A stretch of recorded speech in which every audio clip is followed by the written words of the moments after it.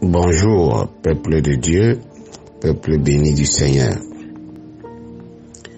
Je voudrais ce matin encore vous faire goûter le petit déjeuner. Bien-aimés, lorsque nous lisons le livre de Hébreux, nous voyons dans le chapitre 10, partie du verset 5, la Bible nous dit, Jésus en entrant dans le monde, dit, tu n'as voulu ni sacrifice ni offrande, tu n'as voulu ni holocauste, mais tu m'as formé un corps. Or, vous savez, ce texte me fascine beaucoup. Quand je lis cela, les termes qui sont dans ce texte me fascinent et me touchent énormément. Parce que la Bible nous dit que Jésus entrant dans le monde. Jésus n'est pas entré dans le monde étant grand, ayant déjà 30 ans, non. Jésus est entré dans le monde étant bébé. Écoute bien ce que je suis en train de te dire. Jésus est entré dans le monde bébé, c'est-à-dire passant par le sein d'une vierge, celle qu'on appelait Marie à cette époque.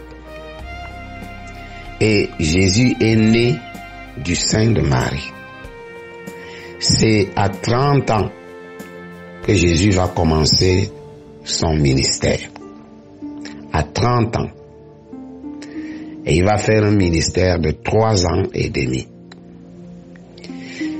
Lorsque Jésus déclare ces paroles, Jésus a déjà fait 30 ans sur la terre. Est-ce que tu peux m'écouter attentivement? Parce que le chrétien d'aujourd'hui, je parle de ces derniers temps, le chrétien de ces derniers temps, c'est un chrétien qui a besoin véritablement de se repositionner dans la victoire. Parce que nous avons pratiquement perdu la vraie victoire, celle que Jésus est venu nous donner. À cause de l'ambiance, cette ambiance malsaine que l'ennemi a déjà installée dans l'église. Je voudrais te dire, Jésus, en déclarant cela, il avait déjà 30 ans. Cela veut dire que, en le déclarant, ce n'était pas à cette minute-là, à cette heure-là, qu'il est entré dans le monde. Mais on nous dit Jésus en entrant dans le monde. Donc Jésus était conscient qu'il vient de Dieu et il est entré dans le monde. Depuis 30 ans, il est entré dans le monde. Donc Jésus est conscient, premièrement, avant qu'on arrive devant. Voici le premier élément de la prise de conscience de Jésus, car la vie chrétienne est basée sur la conscience de la vérité de Dieu. La vie chrétienne, je le répète, est basée sur la conscience de la vérité de Dieu. Tu ne peux pas avoir une vie chrétienne si ta conscience n'est pas établie, n'est pas bâtie, n'est pas positionnée sur la vérité de Dieu. Donc, autrement dit, Jésus déclare ce qui est dans sa conscience. Jésus sort de sa bouche ce qui est gravé, ce qui est de façon indélébile, gravé dans la mémoire, dans sa conscience. C'est ça qui a fait la force de Jésus sur la terre. Écoute-moi bien. Si Adam a échoué lamentablement, misérablement, devant le diable, Adam n'a pas gardé de manière indélébile dans sa conscience ce que Dieu a dit et ce que Dieu a fait, ce qu'il a connu de Dieu. Voilà là où la mort est venue. Et je le dis aux chrétiens d'aujourd'hui, vous qui m'écoutez, arrêtons de nous amuser. Arrêtons de blaguer avec ce que Dieu a déjà accompli, ce que je connais de la parole parole de Dieu, ce que je connais de l'accomplissement de l'œuvre de Dieu, je dois marquer cela de manière indélébile dans ma conscience. Et c'est à partir de ce moment que je prends ascendance sur Satan, que je m'assois sur sa tête et que je peux commander. Tu ne peux pas avoir de pouvoir, d'autorité. Tu n'auras jamais d'autorité devant le diable, devant les démons, si tu ne graves pas dans ta conscience ce que tu connais de la vérité de la parole de Dieu. Il n'y a rien à faire. Il n'y a pas de demi-mesure là-dessus. Voilà le mystère de Jésus-Christ. Si vous voyez des gens commencer un zèle dès le départ, après un moment, ils sont totalement émoussés. Ne cherchez même pas, n'essayez pas de creuser pour voir. Sachez tout simplement que c'est une personne qui n'a jamais marqué dans sa conscience de manière indélébile ce qu'il a connu de Dieu et qu'il sorte de sa bouche cette vérité. Il n'a pas gravé cela. C'est pourquoi je dis maintenant que nous avons besoin de marquer, nous avons besoin de graver de manière indélébile ce que nous connaissons de la vérité de Dieu.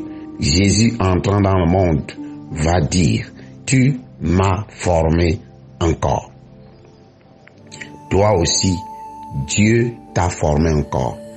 Tu dois le dire, même si tu as 60 ans, même si tu as 70 ans, peu importe le temps que ça a pris. Écoute-moi bien, n'essaye pas de céder un petit instant à la pression satanique qui te fait croire que ton temps est déjà terminé et que tu n'as rien fait, tu es déjà vieux, tu es fatigué.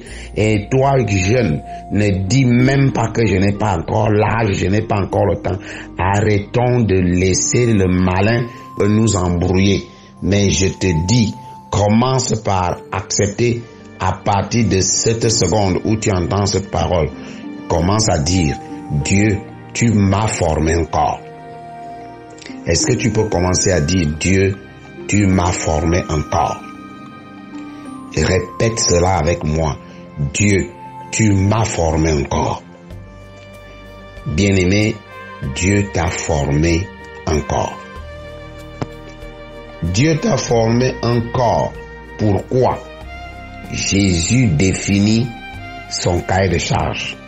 Jésus déclare ce pourquoi Dieu lui a formé encore. Dieu a formé un corps à Jésus pour que ce corps serve de sacrifice pour le salut de l'humanité.